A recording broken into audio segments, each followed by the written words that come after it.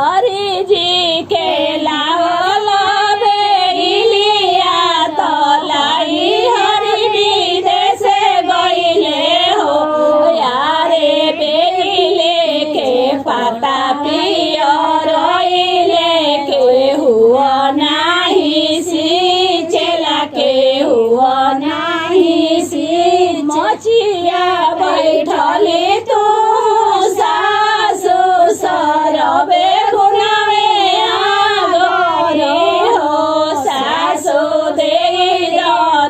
सोने के घरी लावा बेले सींचे जाई बेले सींचे जाई एक घरी ला सींचली दूसरा घरी लाया वरो तीसरा घरी लाओ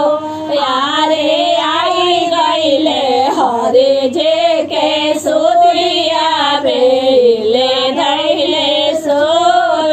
बेले धैले सो घोड़ावा चढ़ल कसी पहिया अइले हमारा से बोली करे हो सुंदरी के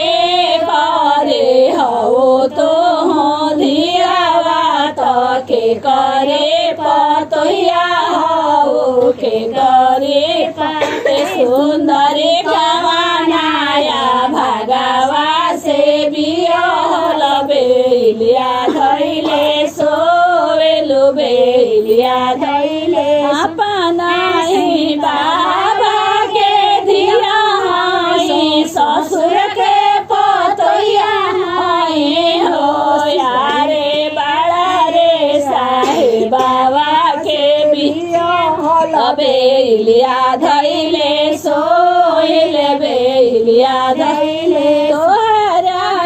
सौंदर्य पैते तो जाने बैठते हो सौंदर्य खेले खेले पनावा के अइते रनिया कही बोलते रनिया कही तोहरा ऐसन सिपहिया पैते तलाते मुके मरते जो रुपया धैला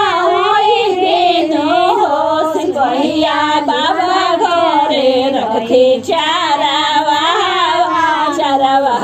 कही बोलते नौकरवा कही बोलते।